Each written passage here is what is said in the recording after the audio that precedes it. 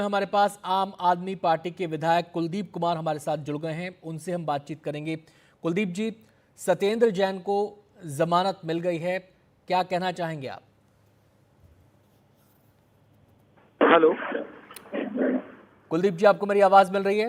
हाँ, आवाज मिल रही है आनंद जी आपकी। जी, सत्येंद्र जैन को जमानत मिल गई है, क्या कहना चाहते हैं आप?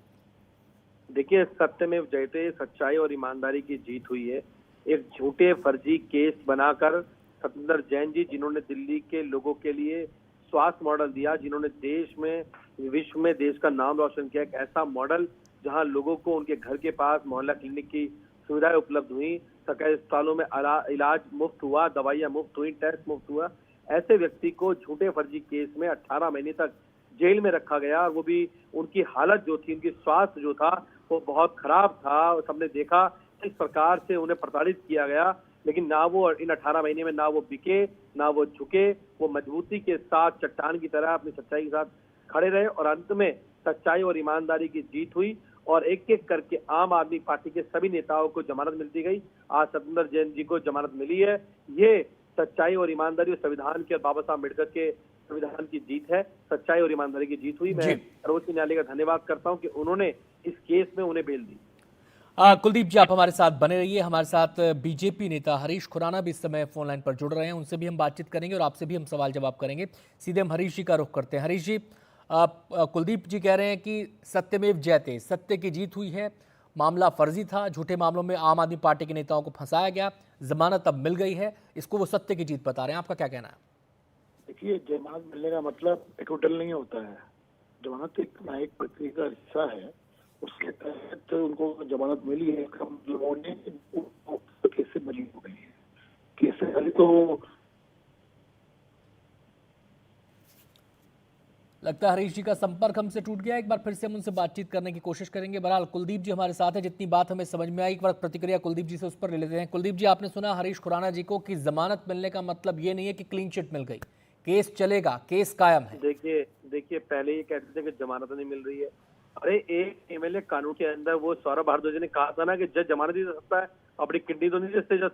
जज साहब ने जमानत देनी थी, उन्होंने जमानत दे दी, और जिस दिन ट्रायल शुरू होगा, ट्रायल में आएगा, उस दिन बेल भी, उस दिन केस भी खत्म हो जाएगा। इनको पता है अच्छी तरह। पीएमएलए कानून में चीफ जस्टिस भी कह चुके हैं कि बेल मिलना उनका अधिकार है, लेकिन उसके बाद भी 18 महीने बेल को डिले किया जाता है, ईडी की तरफ से बेल को डिले किया जाता है। लेकिन आज सच्चाई और ईमानदारी की जीत हुई है, और मैं कह रहा हूं कि ये पहले कहते थे बेल नहीं मिल रही, अब कह रहे बेल ही तो मिली है। तो भारतीय जनता पार्टी के लोगों का चेहरा पूरे देश सामने आ गया है, कैसे इन्होंने ईडी और सीबीआई जैसी संस्थाओं का दुरुपयोग करके आम आदमी पार्टी के नेताओं को जेल भेजने का काम किया, दिल्ली के कामों को रोकने का प्रयास किया। कुलदीप जी, आपने कहा कि ईडी बेल को डिले करती है, लेकिन बेल तो कोर्ट देती है। आपने सुप्रीम कोर्ट के एक आदेश का हवाला दिया, लेकिन उसी सुप्रीम कोर्ट में ही जमानत याचिका खारिज भी हुई थी।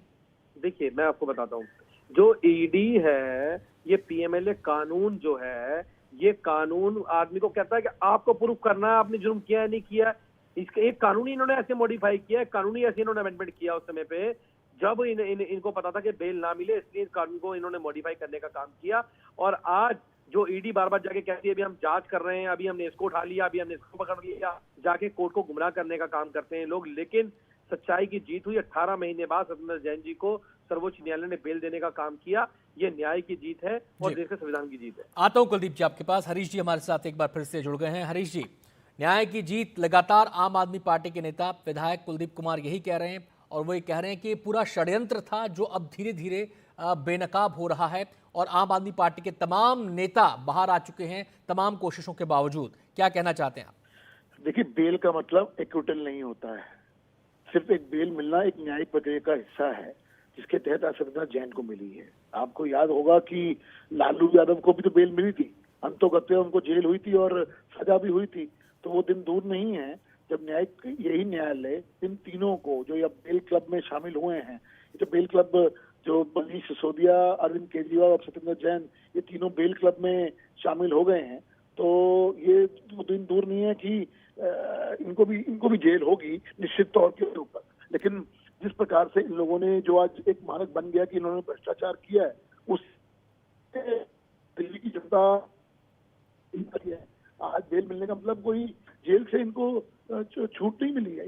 इनको कोई लिए कि आपको आप केस से बरी हो गए, आप जश्न मनाना चाहे बनाइए, बेल मिलना आप जश्न मनाना चाहते बनाइए, लेकिन भ्रष्टाचार का जश्न अंतोगत्वा इनको एक ना एक दिन इनको जेल वापस आना पड़ेगा। तब हरीश जी, जब जब आम आदमी पार्टी के नेताओं को बेल मिली, चाहे वो अरविंद केजरीवाल हों, चाहे वो मनीष सिसोदिया हों, अब सत्येंद्र जैन हमारे सामने हैं, इन्होंने हमेशा यही कहा गया कि ये केस कोर्ट में स्टैंड नहीं करेगा, 2 मिनट स्टैंड नहीं करेगा, क्योंकि केस में दम ही नहीं है, फर्जी केस है। ये बातें तमाम कही गई।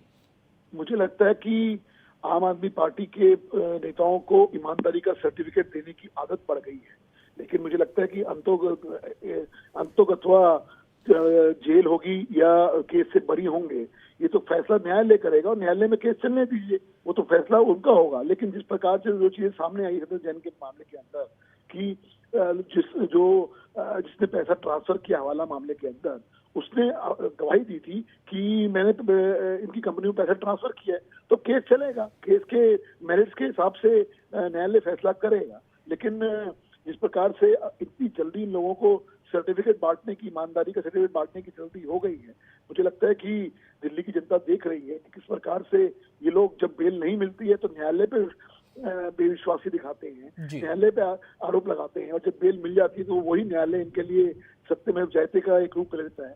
मुझे लगता है कि न्यायालय को अपना काम करने देना चाहिए, और जो मेरिट्स के हिसाब से जो केस चलेगा चलने दीजिए, उसके बाद जो फैसला आएगा वो उसको सबको मान्य होना चाहिए। जी हरीश जी, आपने गवाही की बात यहाँ पर की, लेकिन गवाहों को लेकर भी आम आदमी पार्टी ये आरोप लगाती रही है कि दबाव डाला गया, दबाव डालकर नेताओं के खिलाफ गवाही ली गई, और इसके अलावा और कोई आधार ही नहीं है, कोई दस्तावेज नहीं है, कोई सबूत नहीं है। शराब घोटाले में तो कहा कि करोड़ों का घोटाला बता रहे हैं, चवन्नी तक मिली नहीं है। देखिए, सत्येंद्र जैन का मामला शराब घोटाले का नहीं है, सत्येंद्र जैन का मामला हवाला। वो मैं कह रहा हूँ कि जो शराब घोटाले में लोग पकड़े गए थे उनके विषय में बात कहेगी, और सत्येंद्र जैन के बारे में भी कहा जा रहा है कि फर्जी केस है। मेरा यही कहना है कि ये अपने आप को न्यायालय से ऊपर समझते हैं। न्यायालय को फैसला करने दीजिए ना, न्यायालय करेगा। जब 2 साल तक, पौने 2 साल तक इनको बेल नहीं मिली थी, तब इनका क्या कहना था? तब तो ये न्यायालय पे आरोप लगाते थे कि ये न्यायालय कहीं ना कहीं बायस्ड है या जो भी है, ये आरोप लगाते थे। मैं वो बोलना नहीं चाहता, लेकिन आज चूंकि न्यायालय ने बेल दी है, इसके लिए इसका मतलब जो बेल क्लब में अब शामिल हो गए हैं, जिस प्रकार से अरविंद केजरीवाल और मनीष सिसोदिया एक बेल क्लब बनाया इन लोगों ने, वो बेल क्लब में शामिल हो गए। इसका मतलब ये भ्रष्टाचार के आरोपों से मुक्ति बिल्कुल नहीं है, आरोप इनके ऊपर अभी भी हैं, और अंतोगत्वा इनको सामना तो करना ही पड़ेगा न्यायालय का। न्यायालय को फैसला करने दीजिए ना कि वो कन्विक्टेड है या एक्विटेड है। Let the court decide. बहुत बहुत शुक्रिया हरीश जी हमसे बातचीत करने के लिए। साथ ही साथ हम कुलदीप जी का भी शुक्रिया अदा करेंगे यहाँ पर, जो हमारे साथ इस खबर पर बातचीत करने के लिए शामिल हुए। शरद का भी बहुत बहुत शुक्रिया, जो इस खबर के बारे में विस्तार से हमें जानकारी दे रहे थे।